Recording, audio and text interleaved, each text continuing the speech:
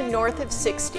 Today I have a very special guest, a friend of mine and a friend of all of yours from Hudson Fire Department. Kevin Nelson is here with me. I want to tell you a little bit about Kevin's background because he will not tell you. He's a humble guy. So he been with Hudson Fire since 2007 and he's now a lieutenant. But get this. So he is also a fire inspector, a fire and life safety educator, a car seat technician. He's part of the Summit County Special Rescue Rope Trench Structural Collapse and Confined Space Team, and is member of the Northeast Ohio Fire Prevention Association and the Northeast Ohio Safety Educator Network. So Kevin is an extraordinarily busy human being, but to all of our kids, he is known as Firefighter Kevin. So I'm so glad you're here. I'm excited to be here as well. I am too, Kev. All right. Today we're going to talk about the Safe Senior Program. Mm-hmm. So I would like you to start, if you would, please, by talking a little bit about what it is and why it was started. Awesome. The program was designed to try and keep people safe in their homes. It's a fantastic place to be. It's where you've lived for a majority of your time. And the program, the concept of it was just to keep people as safe in their house as long as we can. With it, we kind of started looking at a lot of different options on making sure that there was the proper placement of smoke alarms to make sure that the correct alarms are in the correct places. The ability to get in rapidly. So the Knox boxes kind of allowed that part to happen. So there was a lot of different things that we were looking at, and it was a program that we kind of developed and then started seeking funding for it. Didn't have a lot of success for the first couple years. We applied for a lot of different grant funding and just could not phrase it properly or find the right source of funding. And we were fortunate that Rhonda from the city does a lot of the grant writing. She was able to work with the grant specifics, and we were able to successfully get our first round of funding, and it was phenomenal and very, very well received, and it allowed us, the products that we had for the first round actually ran out. And that turned out to be a perfect thing because we were then able to show this was the success that we had with the program. This was where we fell a little short, and we were able to get additional funding to continue the program and actually add some additional features to it. So now, so the funding's ongoing, or do you have to apply, or does Rhonda have to help you apply for a grant every year, or? As of now, it would be something that we'd have to seek out additional funding for, and as a majority of the program, we were very successful in getting, we believe, a lot of the demand met. And so at this point, I don't know if we would go for additional funding for the entire program. Or for things, yeah, you mean. We have uncovered that, we have certain items that people are coming back. The Safe Wake was a prime example of that. It's a very, very specialty piece that allows a person that has hearing impairments to sleep peacefully, knowing that it's a system that's designed to wake someone up in the event of fire alarm activation. It has flashing strobes. It has lower tone that a lot of people with hearing impairments can actually identify with better. And so we started with a smaller amount of those just because there wasn't necessarily that demand. And we were able to distribute all of those Safe Wakes, and we just recently have had a couple people that we're now looking, they are in need of it, and so it's kind of one of those that we're going to start exploring additional funding sources or reach out to the state. They also had a program that we might be able to get those products from them.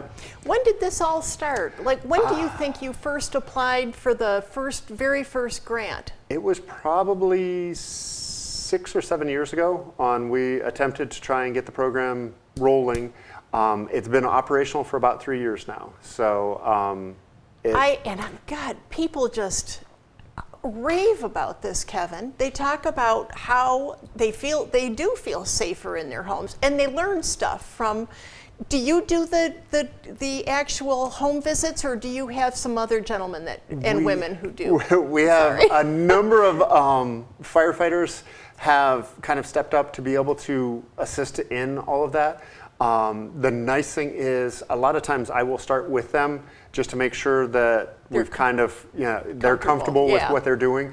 And we're always a phone call away. And so there are many times that if one of the installers is out doing something and suddenly it was a split level house that, okay, well, wait a second, how many levels, if we should have one on every level, and where should we place things? And so a lot of times I will come out just to assist with that part of it.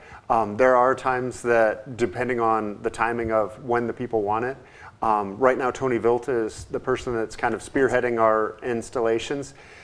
And he is the most efficient person I have ever seen on. He has everything planned out. Oh, that's wonderful. And is just fantastic at it.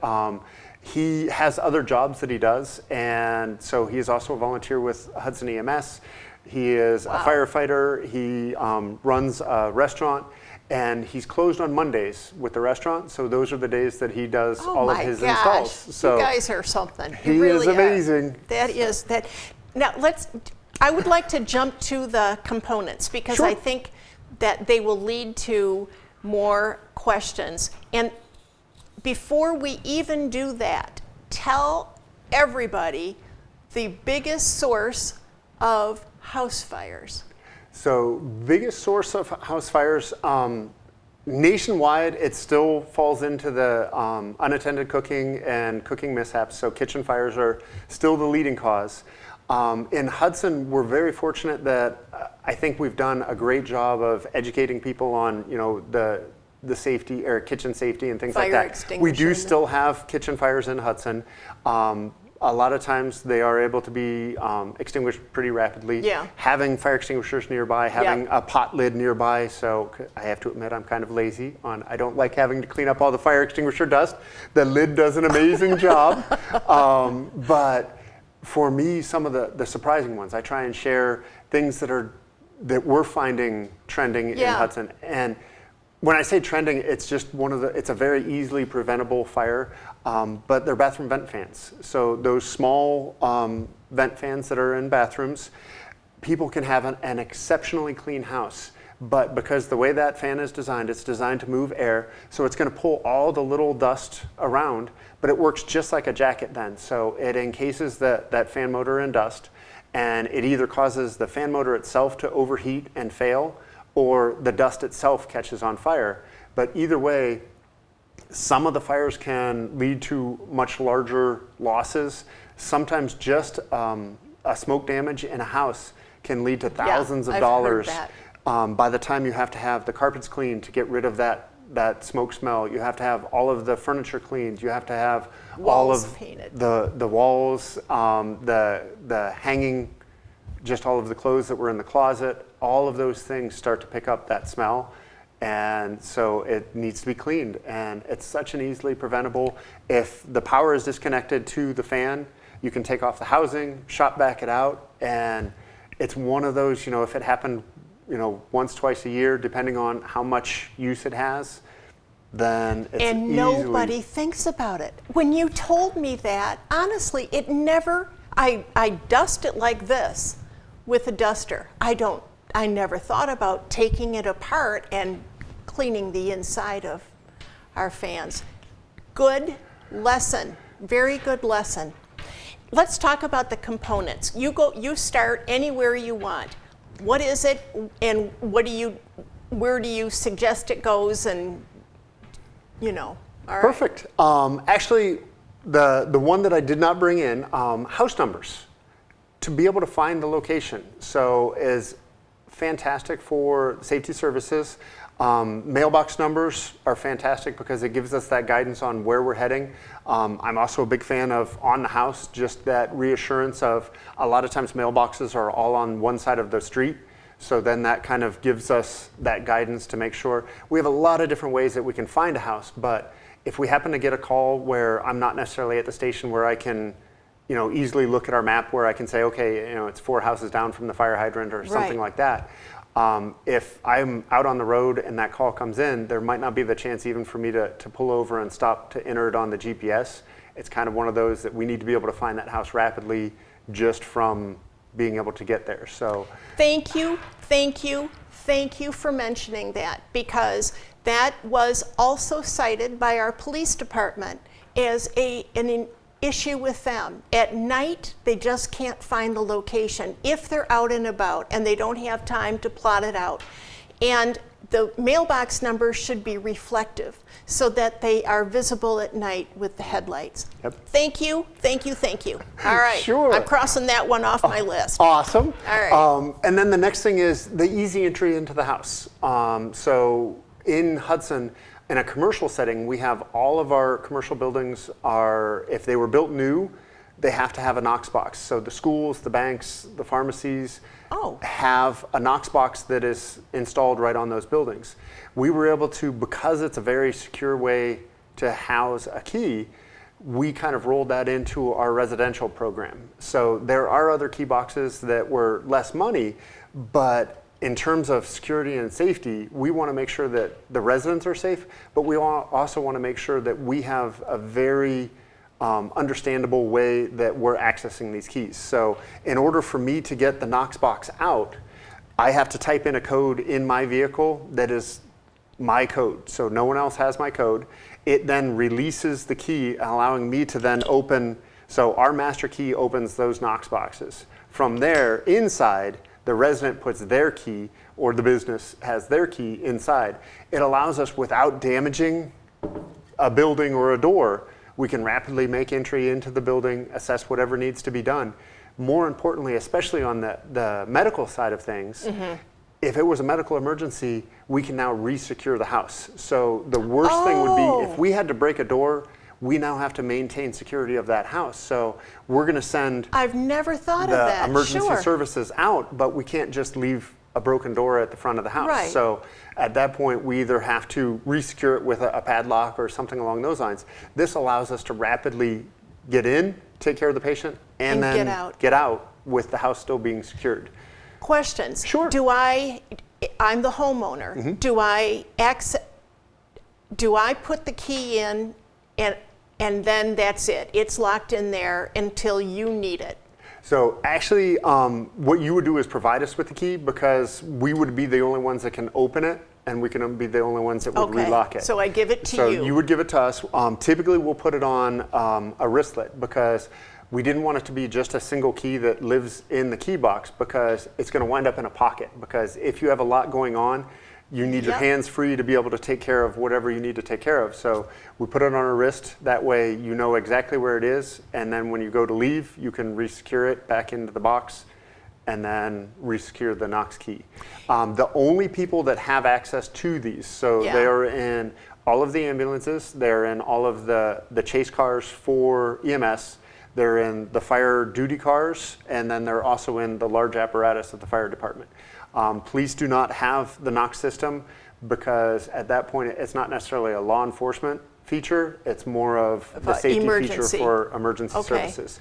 And the hard thing that we have is it's not necessarily the family key box that, your nephew's coming over and he needs to be let in. We can only access it in the event of an emergency. So we do service work on it. So we're going to come in, we're going to make sure that the keys still work. Typically, every year or so, we're going to try and make sure that it's serviced and those kind of things. So Kevin, if I change my locks for some reason, I always need to remember to tell you, or in that next year, you will be trying it and finding out that. So you told me something that I talked to my husband about. We have an outside storm door that we lock because we have a dog and he likes to look outside. And then we have an inside regular door. If we hang this inside our regular door, you're still going to have to break open the storm door. So where do you suggest, if you tell me you want to put this on my door frame, where are you suggesting I do it in a house? In the perfect world, just for consistency's sake, we try and make it traditionally the main front door. If for some reason that doesn't work out and there are a number of houses in town that just the way your life is, that isn't a convenient way on. I know for my family, we don't tend to use the front door at all. Yeah, and we so only we use open it size for the doors dog. and yes. So in our system, in our CAD system, we identify where that box is if it's in a non-traditional place. So a lot of times the person door on the side of garage is kind of that second feature of, but again, our goal is to make it as easily accessible as possible. The hard thing, typically a front door doesn't get blocked. A lot of times the side garage doors, okay, that might be, we don't use that a lot, so we'll put the trash can in front of it. And those are all things that are going to slow down the emergency services if we had to make entry into the house. So again, it's hard to unhabit yourself from locking an outside door. It is. You know, so all right, good point. So then kind of some of the other features that were part of the Safe Seniors program, originally it was just the Knox box, the Safe Wake, the address numbers, and a smoke alarm. When we were able to get the additional funding, that was when we were able to add the carbon monoxide detection. And it wasn't that it wasn't important for that first round, it just wasn't something that would be allowable to be funded. And there was the potential, if we were asking for too many things, our grant might get rejected again. So it was kind of one of those on, okay, we're going to utilize what was approved. The following year, it was added into the fire code that carbon monoxide detection would be required in new construction. And it made it much easier to then be able to resubmit that second round. And so the carbon monoxide was a new addition to the program, but we were able to request enough funding for going forward what we were trending the program to need, plus capture all of the people that had already been part of the program. Good. So we were able to go backwards, make sure that they had one. The smoke alarms were a fantastic feature. We have pretty much installed most of the smoke alarms. So at this point, again, because we weren't necessarily looking for additional grant funding, we will always assist a resident if they had needs for installing a smoke alarm. So if you were to go out and purchase a smoke alarm, we will absolutely help put it up. We'll give recommendations on, our best recommendation at this point is a smoke alarm that has the built-in 10-year battery. Takes away all of the maintenance. So the ones that we purchased as part of the grant program were designed to have zero maintenance. You do still want to test them on a regular basis to make sure that it's still working, but when it beeps, that beep is just to tell you that it's the end of life of that battery pack, and at 10 years you take it down, and that's the recommended life of the alarm, so you replace the whole alarm. So, and that was kind of... Are these hardwired in, or are they... Good question. Unfortunately, we couldn't address the hardwired because we would need to be electricians. And since we aren't, it was kind of one of those decisions that we made. And we had a lot of conversations about things, but we wanted to stick to something that was easily installed without any additional training. So we went with a battery unit only. Okay. So there are other things out there that you can get hardwired ones, and we absolutely encourage having those replaced on a 10-year basis as well. The difference is that is kind of one of those that you would need to reach out to an outside source to be able to do it, just because without being that electrician. I can say it's not hard having done them in my own house.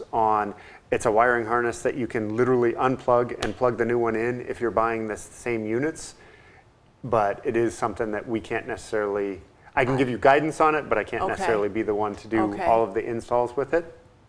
And you'll tell me when you visit, but if you don't visit, where do you recommend people have a smoke alarm? Excellent question. The recommendation is currently one on every level of the house. So if you have a basement, first floor, second floor, you want to have a smoke alarm at least on every level of the house. Okay. The recommendation, just from the way fires burn and just a lot of the fire data over the years, is having doors closed, especially to bedrooms. So because of the way smoke travels through a house, that kind of like what we were talking about earlier on, if closets get smoke into them and things like that, If the doors are all closed in the house, it then starts to compartmentalize that fire. It makes it easier for the fire department because we can then show up and you're addressing a fire that's in this particular room. If the fire started in a bedroom, it gets contained into that bedroom. If the fire starts, downstairs, it's going to, affect a living room, a family room, things along those lines, but it might not make it all the way into the bedroom. Those are all the things that make it faster to get back into your house without having the additional damage. But because of that, having those doors closed, we want that early detection still. So the recommendation is the one on every level plus one in all of the bedrooms. So with the doors closed, and it then gives you that, if it starts in the room that you're in, that advanced warning. Right. If not, it's going to then give you the advanced warning that if it's one of the detectors. Right. And that's in the perfect world. If it was a new construction, they would all be hardwired together. If it's imperfect, we can do the batteries. I was going to say, you could have all of those different because ours places. are hardwired in the hallway, but we usually keep our bedroom door open. Now maybe we should keep it shut. And see, I'm always learning stuff. And then put one of the battery ones in our bedroom. Mm-hmm. Okay. What about carbon monoxide? And carbon monoxide, similar to the smoke alarms it comes from incomplete combustion. So if you have a furnace, gas-fired furnace, a gas dryer, a lot of times that covers the basement. So then you'd want to have one on the basement level.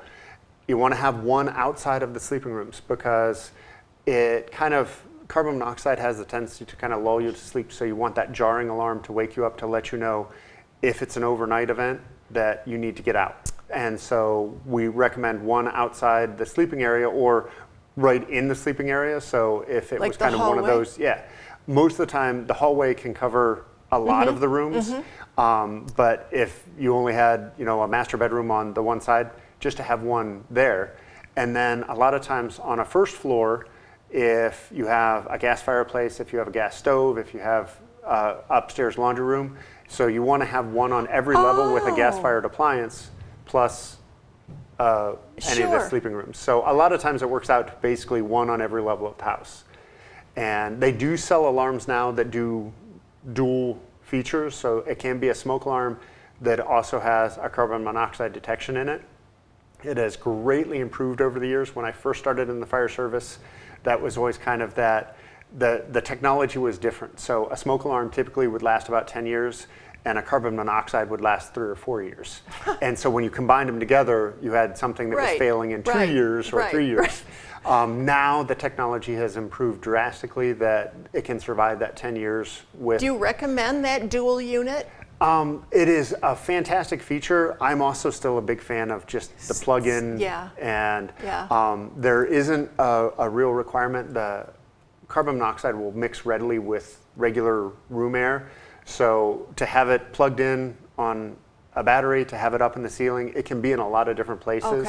Most of the time, just a furnace running or air conditioning running in a house is enough to cycle it that wherever that is on. And again, that's why we're aiming for multiple levels of the house, because it's going to give you that advanced warning to know something's going on. A lot of times I kind of use when I teach little kids about alarms, if it's beeping fast, it means you need to move fast. If it's beeping slow, it means that you just need to pay attention to the alarm itself. So if that's carbon monoxide alarm is beeping really fast, that means it's telling you something is happening. So what do you you need do, to address open a window right away? The best thing is contact emergency services and get out of the house. We have meters that we can come in and we can identify what it is. The last thing I want to have someone do is, I should be okay. A lot of times if it's cold out, because many times it's a furnace related issue, that it might be best just to move outside. If you can back a car out of the garage, it's always hard to say, just sit in your car. We should be there pretty quick, but it's best to be out and away from the house. If you feel, a lot of times it's flu-like symptoms. So if you feel that you're, just off a little, headache, nausea, those kind of things, we're gonna also send an ambulance with us. If we see that it's a very high level of carbon monoxide, we're gonna have the ambulance come out just to check, just to be on the safe side. Good. it does build up in your bloodstream. So it is kind of one of those things that we want to address right away, just to make sure that people are safe. And you know, every winter you start hearing of people who are found deceased because of space heaters or warming their house with their stoves or some other very frightening ways of staying warm. Yep. Well, and for me, one of the amazing things, and again, I just try and watch trends that you see or things that are just different that we haven't come across recently. Just recently, it's people are finding that boating, because the boat motors and everything else, that I know a number of the firefighters have actually gone out and added the battery operated carbon monoxide alarms to their boats, because people were collapsing on the ski deck just because they're standing at the back of the boat. It's right by the exhaust of the boat motors. So there's so many things like that that are, you know, just, it's a changing world that we're living in. And hopefully we can keep it safe. One of the other things, though, to me, we have 3 minutes, believe it or not. Can you believe it? I need to talk faster.